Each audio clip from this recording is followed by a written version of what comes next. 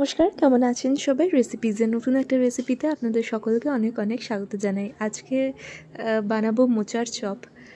চলুন বানানো যায় এই মোচার চপ। না মনে আছে খড়গপুর থেকে কলকাতা যখন গাড়িতে করে যেতাম, তখন রাস্তায় যে চপ মুড়ির দোকানগুলো থাকে, ঘুগনি চপ মুড়ি, সেখানে মোচার চপ পাওয়া যেত, খুব দারুণ খেতে। মা আগের দিন রাত্রিবেলায় মোচাটা নুন হলুদ দিয়ে সেদ্ধ করে রেখে দিয়েছিল। এবার ভালো করে চটকে নিয়ে কড়াইতে সর্ষের তেল গরম করে পেঁয়াজ ভালো করে কুচিয়ে নিয়েছিল, সেই পেঁয়াজটা ভালো করে ভেজে নিচ্ছে। এবার ওর মধ্যে আদা রসুন বাটা দিয়ে দিচ্ছে। এটা আদা রসুন বাটা আমার প্যাকেটের ছিল, সেটাই দিয়ে দিচ্ছে। দিয়ে ভালো করে নেড়ে চেড়ে নিয়ে সেদ্ধ করে চটকে রাখা মোচাটা দিয়ে দিচ্ছে।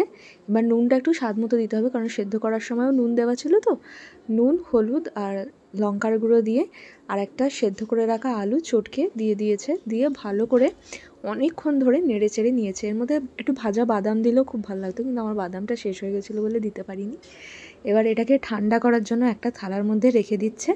এবার একটা পাত্রে ব্যাটারটা বানিয়ে নেব। বেসন চেলে নিয়েছে, তার মধ্যে স্বাদ মতো নুন হলুদ কাশ্মীরি লাল লঙ্কার গুঁড়ো একটু সুন্দর রঙের জন্য, আর বেকিং পাউডার বেকিং সোডা সব দিয়ে শুকনো উপকরণগুলো একটু ভালো করে মিশিয়ে নিচ্ছে। দিয়ে এবার আস্তে আস্তে অল্প অল্প করে জল দিয়ে এটা ফেটাতে থাকবে। তো এটা চলুন আমি একটু তাড়াতাড়ি করে ফেটিয়ে দিই। মা এদিকে কড়াইতে সাদা তেল গরম বসিয়ে দিয়েছে। সাদা তেলটা গরম হওয়ার পর দেখলাম একটুখানি গরম তেল তুলে মা এই ব্যাটারের মধ্যে দিয়ে আবারও ভালো করে ফেটিয়ে নিল। এবার এখানে এই পুরটা খুব ভালো করে ঠান্ডা হয়ে গেছে। দেখলাম মা গোল গোল করে একটু চেপে চেপে দিল, একদম চপ যেরকম হয় ওই হাইওয়ের ধারে যেখানে মুড়ি ঘুগনি পাওয়া যায় সেরকম বানিয়েছিল।